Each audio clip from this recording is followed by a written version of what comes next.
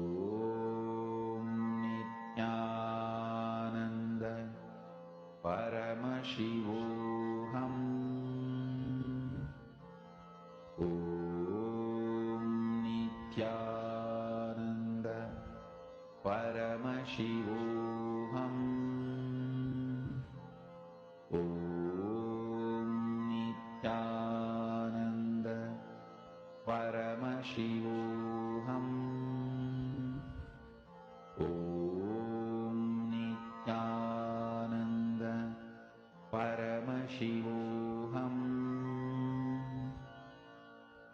Om Nithyananda Paramashivoham. Om Nithyananda Paramashivoham. Om Nithyananda Paramashivoham. Om Nithyananda Paramashivoham. Om Nithyananda Paramashivoham.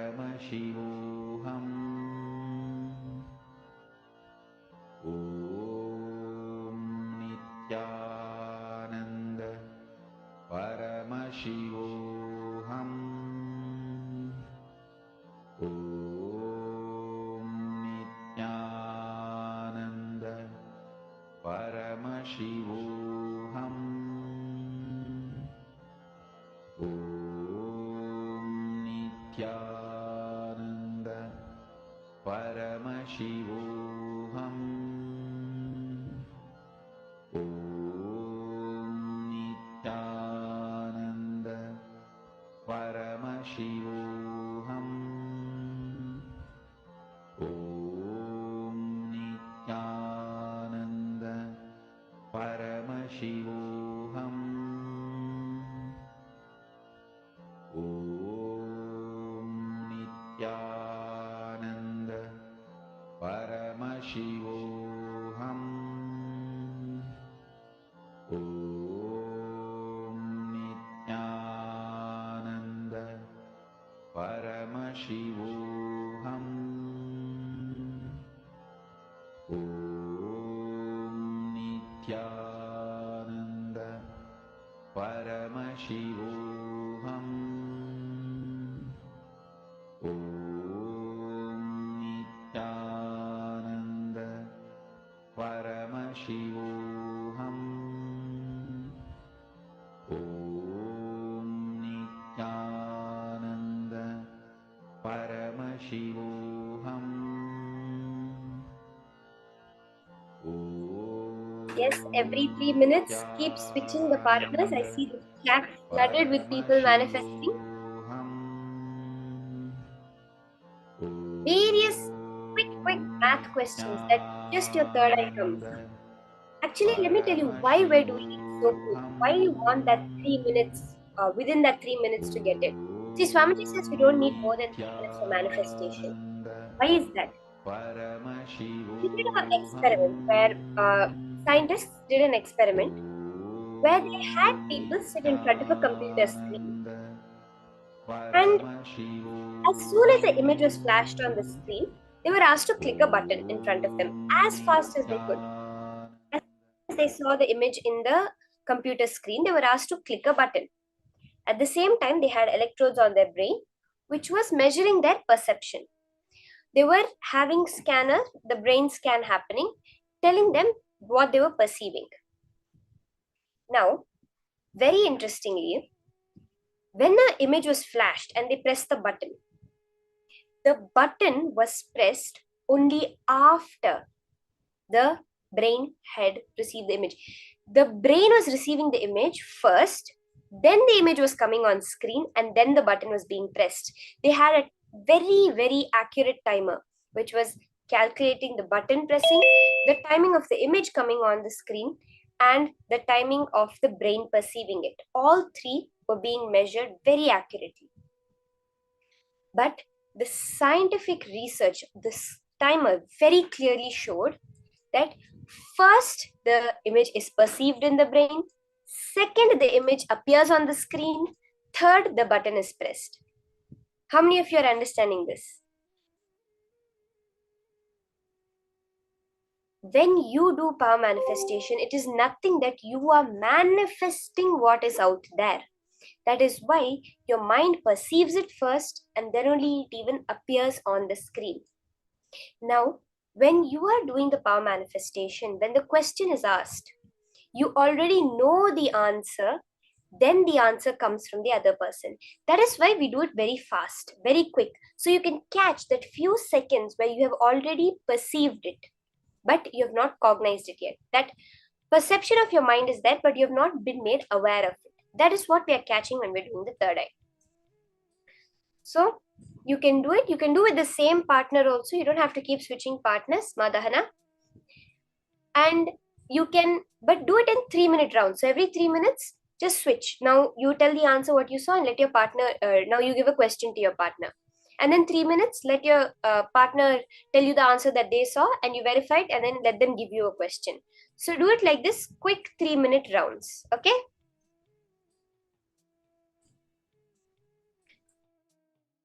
Let's start.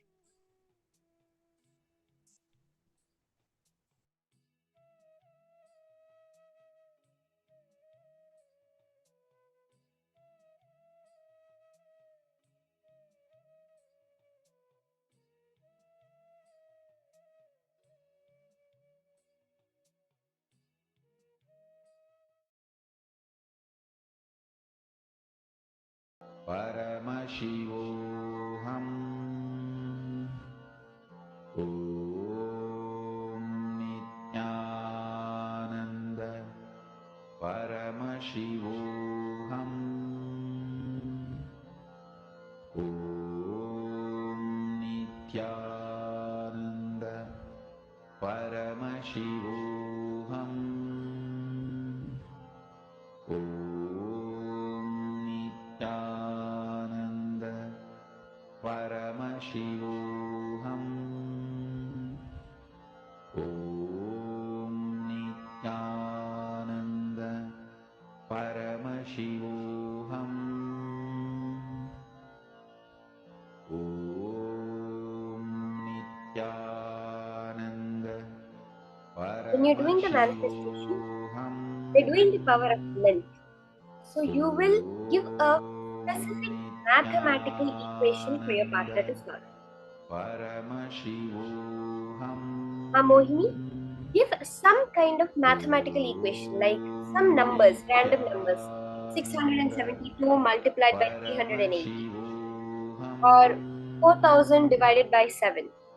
Like this, quick maths questions that you cannot calculate very fast in your mind, but through your third eye you will get it.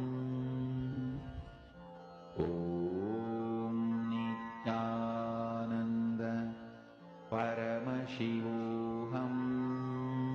Everyone else also, you can you can even give yourself questions, if you're not able to connect to your partner, give yourself, write 10 mathematical questions, then 3 minutes, write what you see, then 3 minutes, write what you see, whatever is appearing in your third eye. Very powerfully, what you can do is bring your gaze of your two eyes to your third eye. When you just close your eyes and look upwards towards your third eye, that space itself, you will automatically see your thoughts will drop. You'll not be able to think of anything when your attention is on your third eye. The minute you think of something else, your attention will drop. You can give a mathematical equation.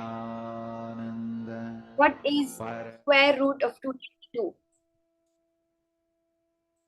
Different kinds of equations like this.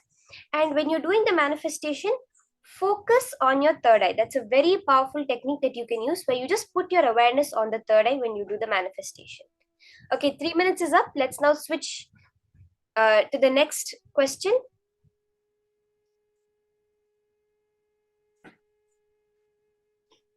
If you can tell your answer, whatever you saw, and now switch again quickly to the next question. Once you've switched, again start the manifestation.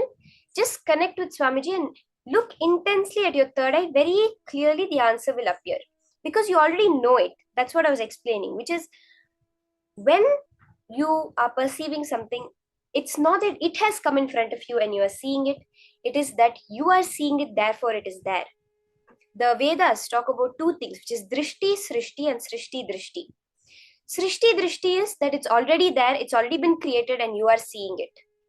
And then there is drishti srishti, which is you see what you want to see, you create that.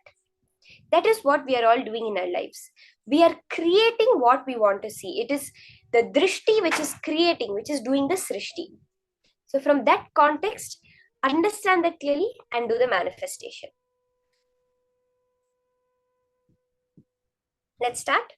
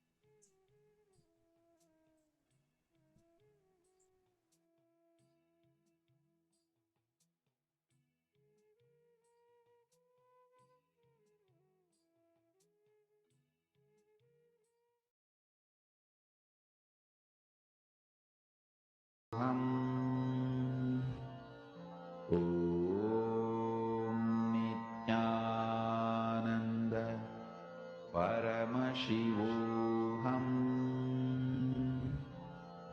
Om Nithyananda Paramashivoham. Om Nithyananda Paramashivoham. Om Nithyananda Paramashivoham.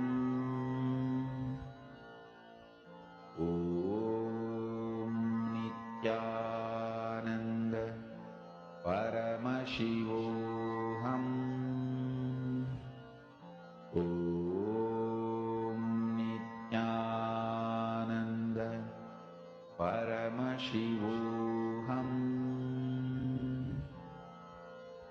Om Nithyananda Paramashivoham. Om Nithyananda Paramashivoham.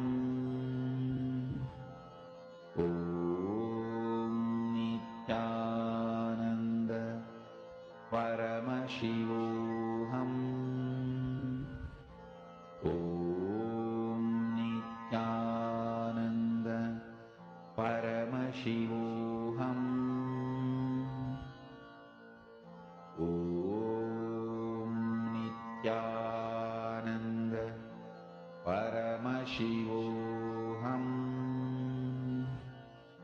Om Nithyananda Paramashivoham.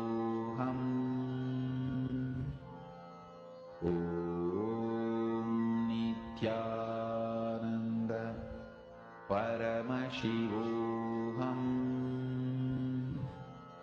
Om Nithyananda 3 minutes are over. Paramashivoham.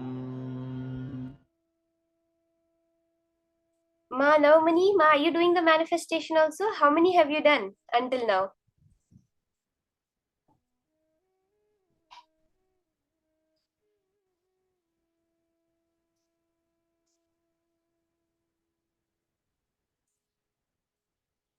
We can now verify our answers. 3 minutes are up. Let's move on to the next round.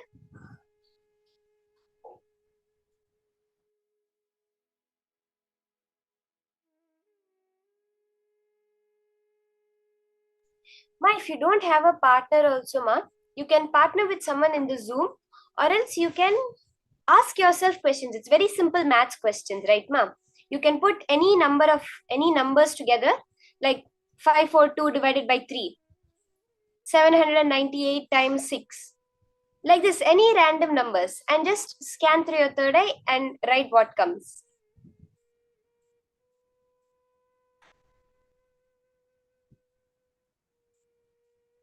So if there's anyone who is having the issue that they do not have a partner for the manifestation, you can connect to someone in your Zoom, you can call someone, or else you can give yourself questions. Yes, ma'am. You can just give yourself any large numbers and just in your third eye, whatever appears, immediately write it down. Ma Shamla, are you doing also, ma? Are you doing the manifestation?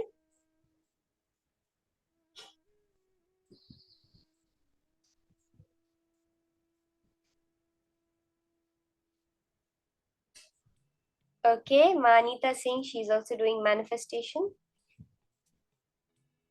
Yes, good, ma. When you do, see, even if you get the smallest thing correct, it's actually such a big breakthrough which you're manifesting. You just see, okay, like, many people, they have this thing like, oh, I get it only few times. It might be a probability that I got it, or I just might have gotten it. No. Swamiji is what we're now going to be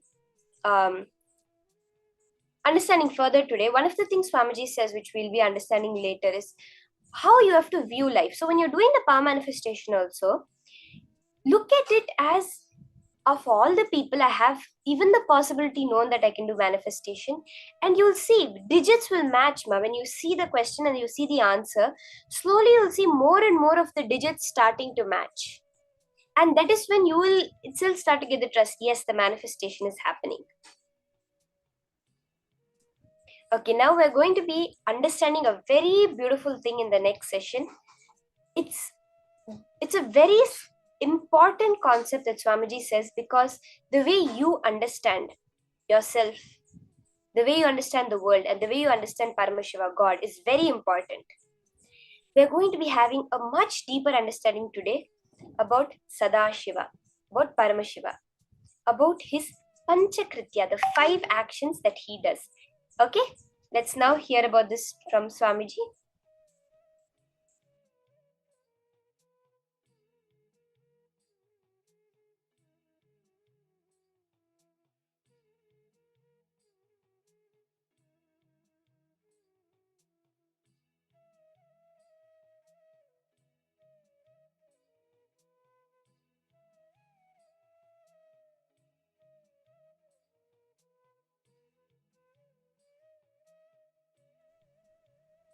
Today, the darshan that we're going to be having of Swamiji is this Sadashiva Murti. So we're understanding who he is.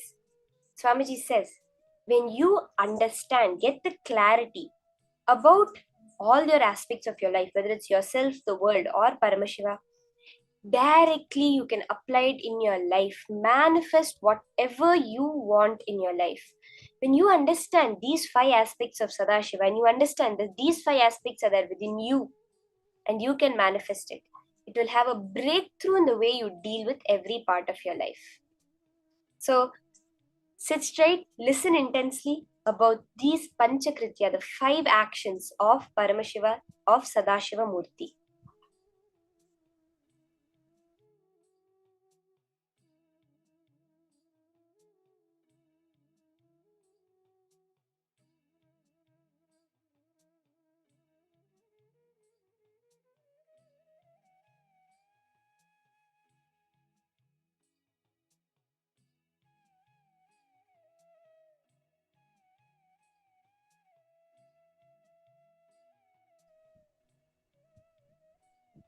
These Panchakrityas, these 5 actions, is the actions of creation, of sustenance, of liberation, of destruction, of liberation, of delusion, and of liberation. So the 5 are creation, creating, sustaining, destroying, destruction or rejuvenation, putting into delusion, and liberating.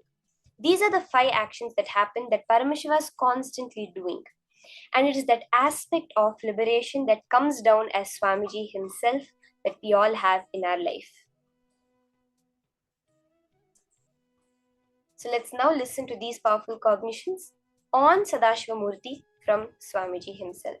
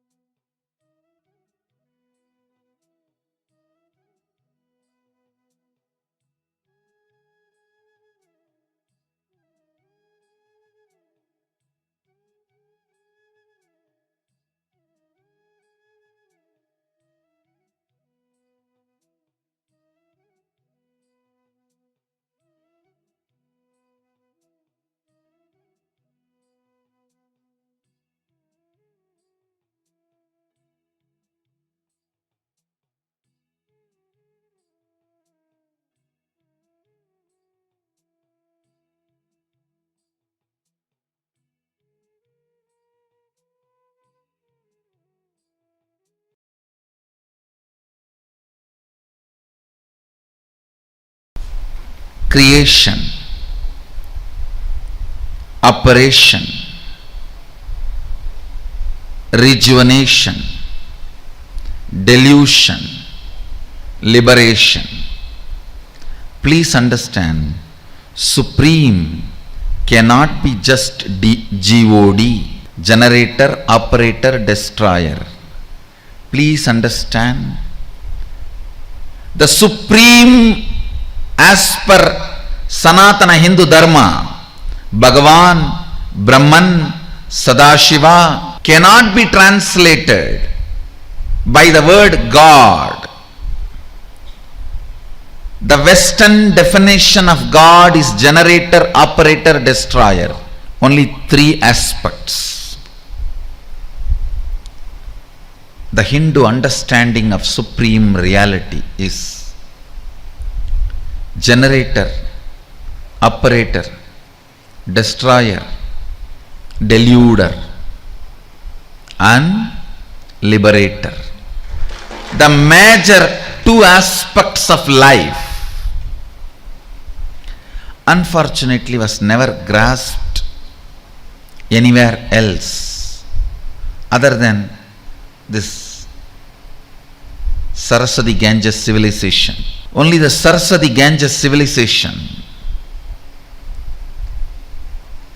understood the world beyond seen. If you don't understand delusion, you can't understand beyond the four dimensions. You can't understand reality in its completion. God is not Sadashiva. Maybe I can contribute a new word, Godel. G-O-D-D-E-L. G-O-D-D-E-L. Godel. So Godel should be the word, not God. God is not Sadashiva. Sadashiva, Brahman, Bhagavan, all these words used in the Brahman used in Upanishad, Bhagavan used in Puranas, Sadashiva used in Agamas cannot be translated as God, God, used in Western theologies. Understand,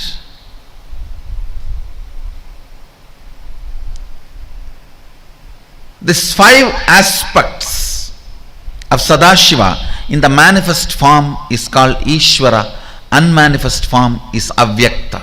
Even this five is only the manifest form of Godel, Sadashiva.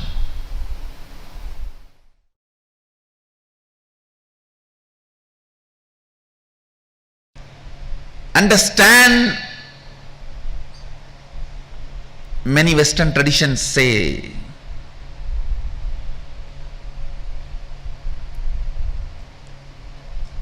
The atheist traditions in the West say, man made God in his mold. Some of the religious traditions in the West say, God made man in his own mold. I say, God, whether he made man in his own mold or not, I don't know. I don't know God. But I know Sadashiva, Godel. He did not make you in his mold. He made you in his own sea. Listen to this word. I am using the word sea. S-E-E. Not S-E-A. Listen to this word very carefully. See is an action. I wanted to say, when I see, one end is me, another end is you, another end is you, that's all.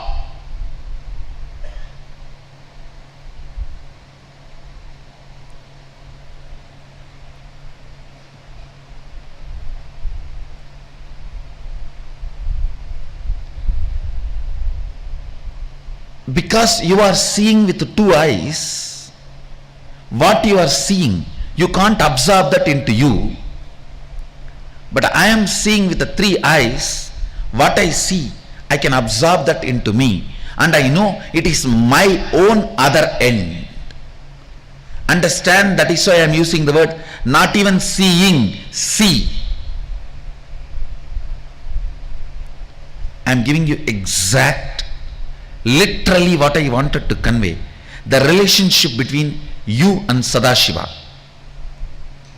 You are the see, not seen, seeing, see of Sadashiva. Listen, just now I made a statement. When you see through the third eye, whatever you see, you can manifest, manipulate as you want. It means what you see will be your own extension. It is you. See, if I can make my right hand bend, do whatever I want, I can do, means this is me. What you understand as me is what I convey through the word see. In you, the me is only materially which is connected to you. In me, me is what is connected to me even by see. Listen. For you, me means what is materially connected to you.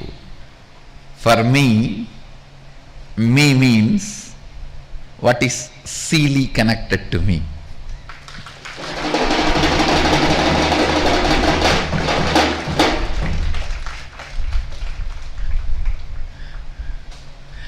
I don't know how much you catch it.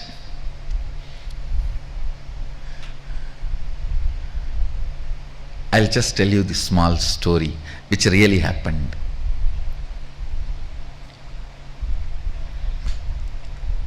Arunagiri Vishra was trying to explain Advaita to me. He was sitting in the temple. This side, his left side was the Arunachala hill. Right side was the Garbha Mandir of the Arunachala temple. The front I was sitting. Exact eyes you guys are having now when I say me is see.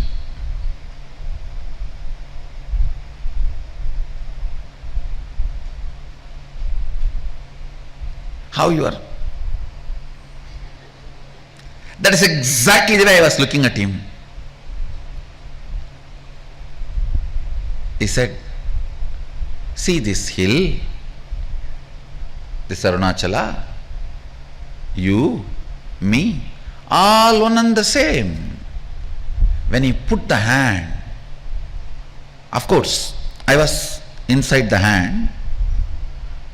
Literally I saw the hill just moving, the Garbha Mandir moving, me moving and disappearing. He, me, hill, Garbha Mandir, all disappearing into him. When experientially I saw whatever he was seeing, he is able to Photoshop it. He can just pick it up, put it, and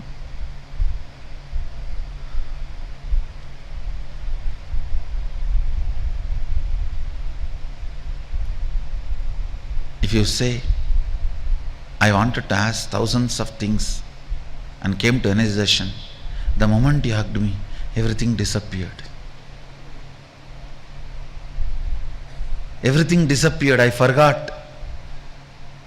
Some things I remembered later, some things I don't even remember. How many of you have this experience? Then you can understand what I am trying to tell. He just merged the whole thing. Listen.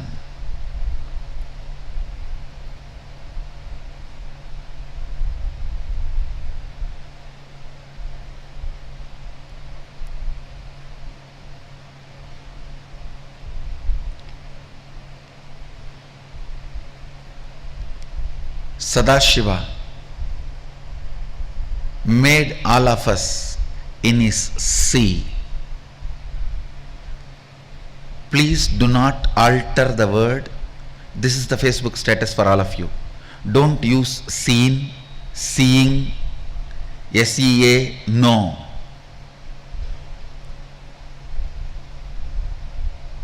Sadashiva made all of us in his sea. Let the statement be understood as it is.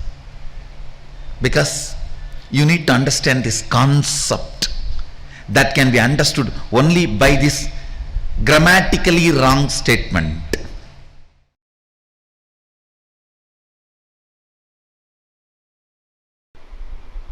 If you understand all the 5 aspects, generation, operation, destruction, delusion and liberation, you are made as an extension of Sadashiva.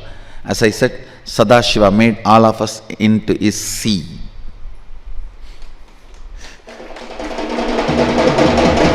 If you do not understand all the 5 aspects and are able to grasp only this generation, operation, destruction, you made God in your mold. Be careful. Are you worshipping man-made God or living as God-made man?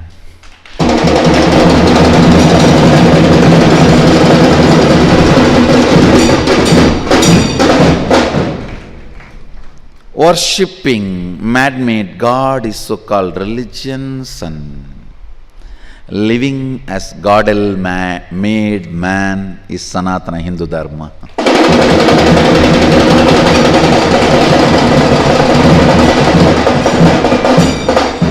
For Sanatana Hindu Dharma, the ultimate is not GOD, generator, operator, destroyer, no.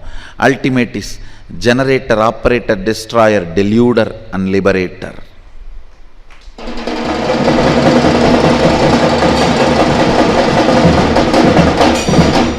If you don't understand delusion, even your understanding about generation, operation, destruction is too shallow, too poor. If you don't understand delusion and liberation, you are only chatting with the God through the Facebook, and you will be thinking profile picture is the real picture. Most of the time, it is not. It is not. The real picture is what is in Aadhaar card, not in profile picture.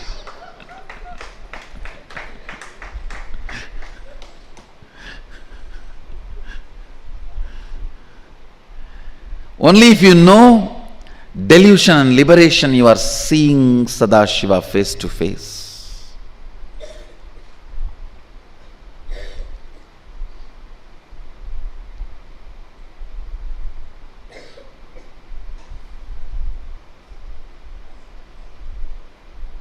If not, it is like a relationship built through the Facebook, and when you see face to face, you will be shocked.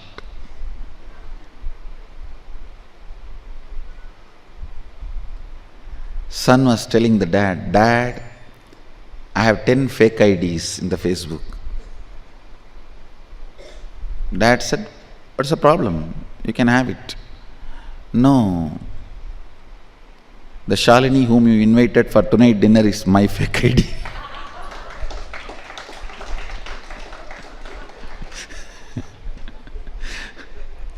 When you face Sadashiva directly, be prepared to face him. If you are living with the idea of just GOD without delusion and liberation, when you face him, this is what will be happening.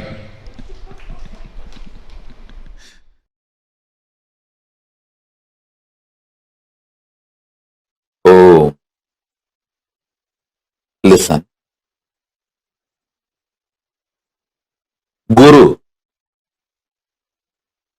Dakshinamurti is the best, most beautiful manifestation of Paramashivam. Listen. Paramashiva does 5 actions: creation, sustenance, rejuvenation, putting in delusion, and liberation. First 4, creation, he does by sitting in Brahmaloka. As a Brahma, he manifests and creates. Maintenance, he does by lying down in Paramapada as Parandama. Rejuvenation, he does as Maharudra in Kailasa, from Kailasa itself. Putting in delusion, he does through many of his forms like Bhikshadana. All those forms he took just to put people in delusion. Liberation. For liberation, he always comes down to planet Earth. He has to assume human form. The form he assumes for liberation is Guru. Keeping liberation as a predominant activity, the form he assumes is Guru.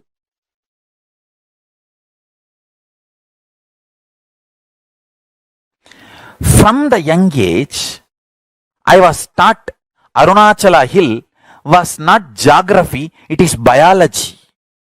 It's a living energy. I tell you, even now when I go to Tiruvannamalai, I don't wear slippers or shoes unless the body goes to too much samadhi and not the skin is not able to handle. Only then I wear. Otherwise, never. Because Arunachala is not geography for me, it is biology. Understand? By and by, seeing, remembering. Now Arunachala is a living energy for me. It's living mechanism for me. This 5 is living for me. Ganga, banyan tree in Bididi, Arunachala, the Indra Vimana of Madurai Meenakshi temple, the Garbha Mandir, Sundareshwara's Indra Vimana. It can go to Kailasa any time and come back to Madurai any time. Paramashiva uses the Indra Vimana, the Garbhagraha of Meenakshi temple even now, to go to Kailasa and come back to Madurai. These 5, Ganga, Arunachala, the banyan tree in Bidadi, our Kalpavriksha banyan tree, and the Indra Vimana of Meenakshi Sundareshwara's temple. 5th one I will not tell now. I'll reveal later. These 5 are living for me. Understand? From the young age, I know how geography is biology. So I know nothing happens mechanical existence way. Nothing happens mechanical existent way. Especially the level of like a creation, sustenance and all happens only if there is independent intelligence. I want you to know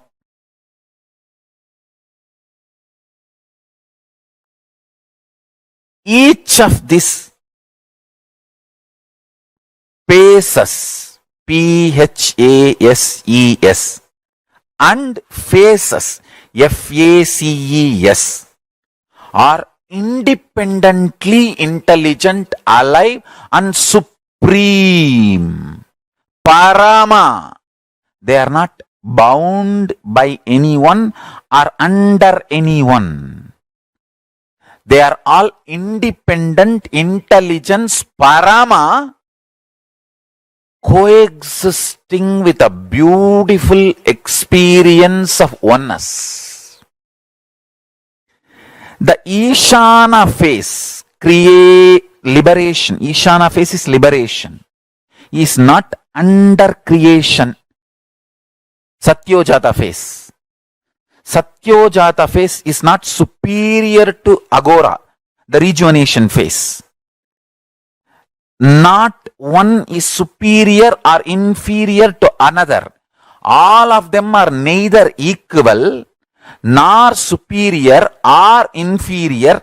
They are all in oneness. Understand?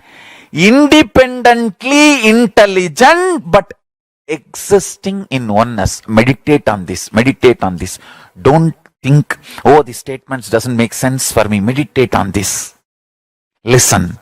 Satyojatam prapatyami satyojataya vai namo namaha. Listen. Listen like a Veda mantras. Meditate. When you meditate, the superficial, stupid, materialistic logic grooves got created in your brain will be cleaned, and real Parama logic, the multi-dimensional logic, grooves will start getting created. Understand, life is all about developing your brain which can grasp life, which can grasp the higher dimensions of life. Integrity is not supposed to be practiced. If you grasp the higher dimension of life, integrity will become such a sweet expression of your life. Man who is overflowing with energy manifests integrity. Like a rich guy wears nice dress, drives big car. Same way, man with high energy manifests integrity. Integrity is the abharana, the jewelry, glorifying decoration of high energy person. Grasp the higher existence through your brain, you will catch integrity. You will catch integrity. You will just manifest integrity. Integrity is the way legends live.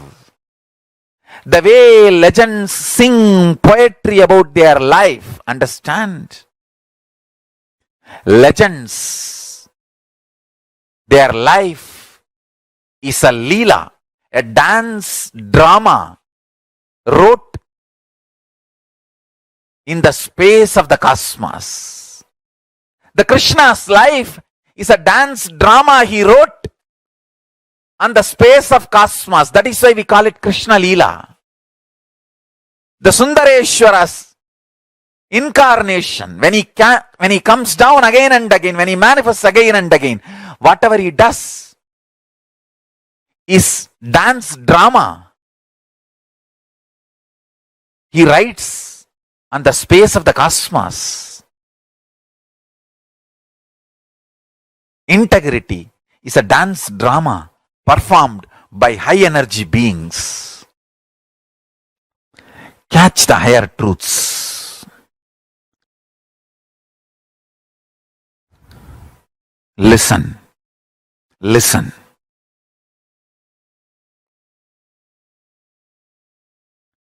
When you understand the creation, sustenance, rejuvenation, pulling out of delusion, liberation, secrets of these 5 actions, you can see very clearly how a cell gets manifested and sustained and gets rejuvenated, gets into delusion and pulled out of delusion and liberation. How the whole thing happening in your body you can see. How the whole thing is happening in your life you can see. Understand? Even little understanding of the cosmos brings wow,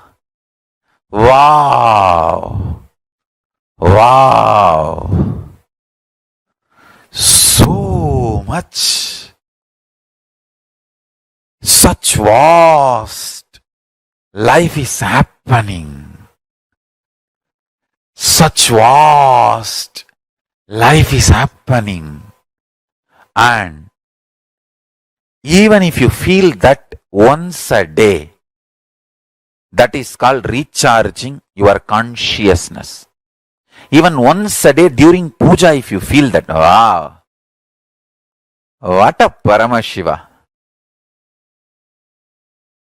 what a guy is manifesting as my life in me. Just if you feel even once a day, 2-3 minutes, that's enough. You are done. Your life will be in such order. Such order. Everyday puja is like a recharging your consciousness. How you recharge your cell phone, your iPad, your computer, your electronical goods, same way recharging your consciousness is everyday puja, nitya puja.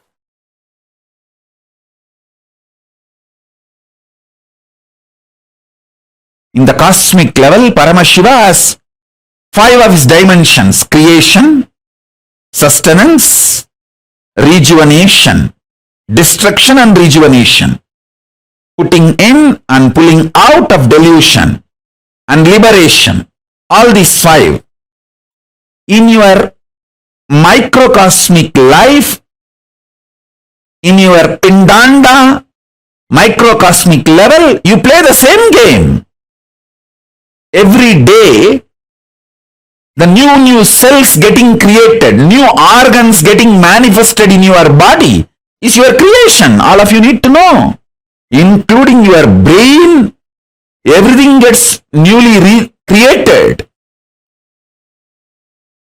New cells are created every minute, every second. This is your creation.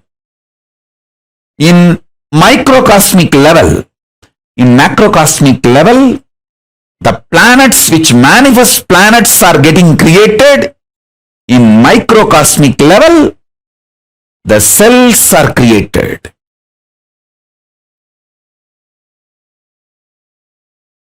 In the macrocosmic level, whatever is created is continuously getting sustained.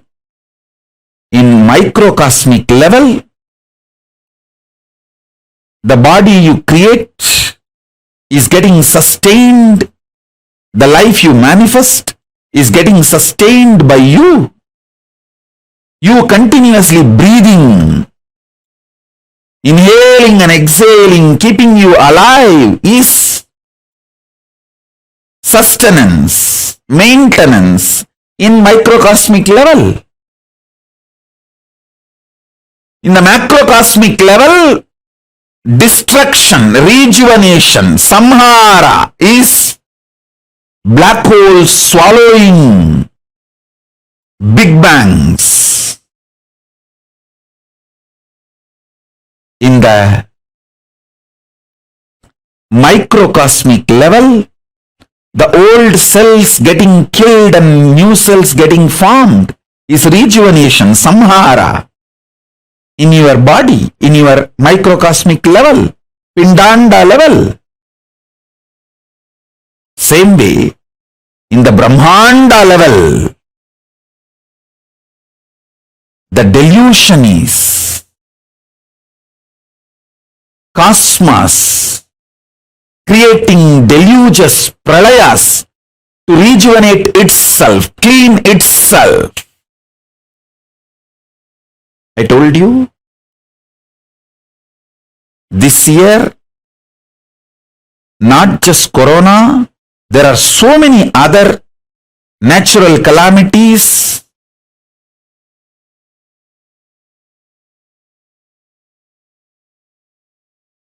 To clean the collective negativity will happen. This deluge, pralaya, will clean up a lot of collective negativity. You can see the heat wave all over the world. All the Panchabhutas playing and aligning itself. In the cosmic level, this is the delusion, throbhava going on. In the macrocosm, pindanda level, you forgetting your existence as Paramashiva, higher reality, falling into the nightmares and going through, is the small scale throbhava. Delusion in the pindanda, microcosmic level you go through. In the cosmic level,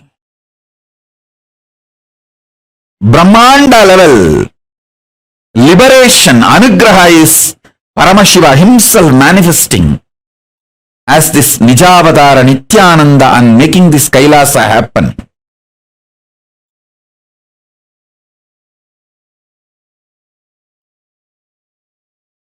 And guiding all the beings in microcosmic level, pindanda level, you receiving these powerful cognitions and liberating yourself from all this deluge by holding on to the Guru's feet is the liberation happening in you. Understand, whatever is happening in Brahmanda, macrocosm, is happening in your pindanda, microcosm.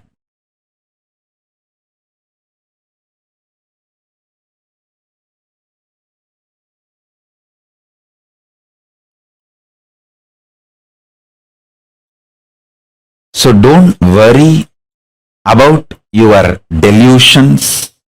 Don't be powerless about it. Don't try to work with the facts and figures externally. Don't try to work with the seen. Work on the seer.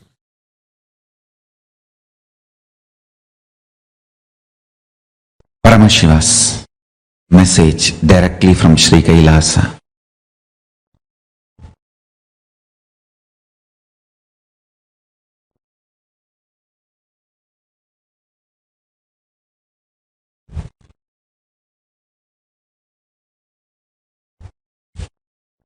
existence of Ishwaratva is nothing but the decision to own up the principle of creation, principle of sustenance, principle of rejuvenation, principle of delusion, principle of liberation in your existence. Understand? If you own up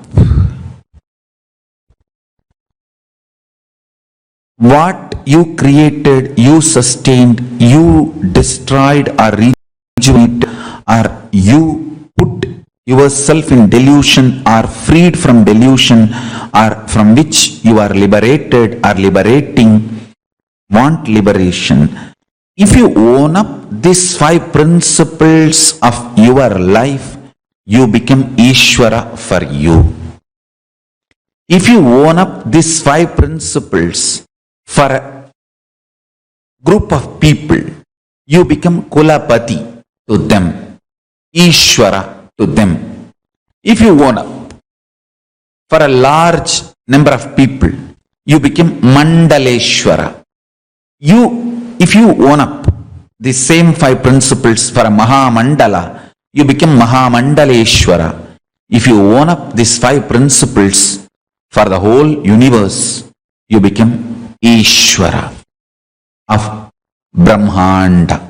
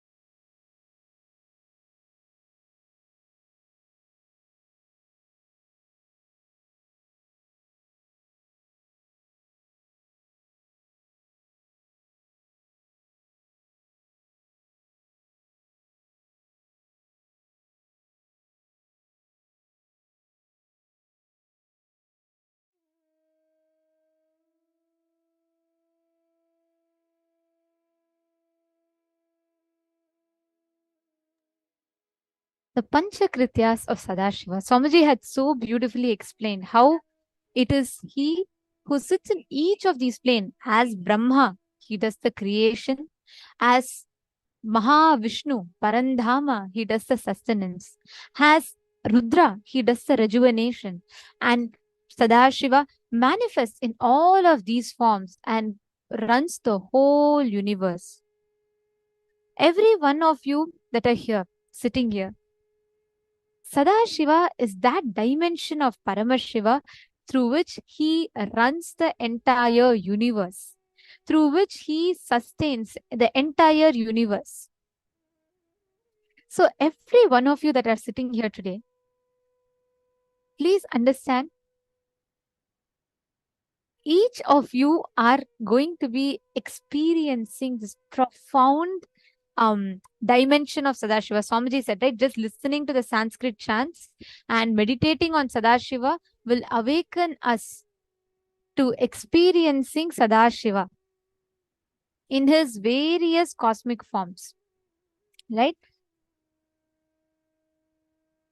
So now all of us are going to be doing a very, very powerful meditation process through which we're all going to be meditating on the form of Sadashiva. Every one of you, Ma Ratnaprabha, Ma Prematavasi, every one of you that are sitting here, just meditate. Just by meditating on the form of Sadashiva, you will start radiating those qualities. You will start radiating those aspects of Sadashiva. Ma Elena is asking, when is today's darshan?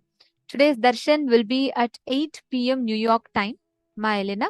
But we request all of you to please stay here with us to do the preparation, because it's very important to understand the knowledge of parallel universes and how it is, how the parallel universes function and what, in which form do you exist in each of the parallel universe.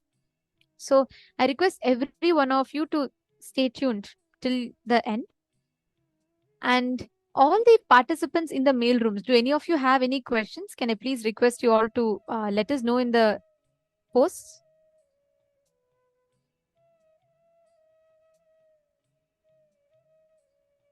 Okay, so now let us all enter into a very, very powerful meditation process where just by meditating on the form as Sadashiva, where he sits with 25 heads, 75 eyes, 50 hands, performing the Pancha Krityas, Srishti, Sthiti, Samhara, Trobhava and Anugraha.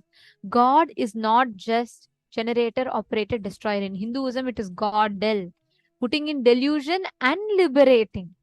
He performs all the Panchakrityas. And every one of you that are sitting here, we're all going to be experiencing this extraordinary, beautiful initiation. Now, just when you sit for the darshan, connect to Swamiji intensely, and each of you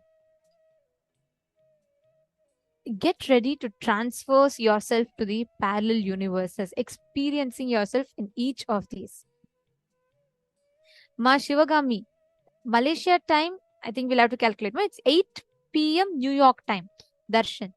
But Shivagami Ma, just sit and prepare yourself through these sessions, because it is important. I can give you, even if I give you an most amazing laptop that can like support you to do the best video editing, everything, unless I teach you how to set it up and use it, it's of no use, right?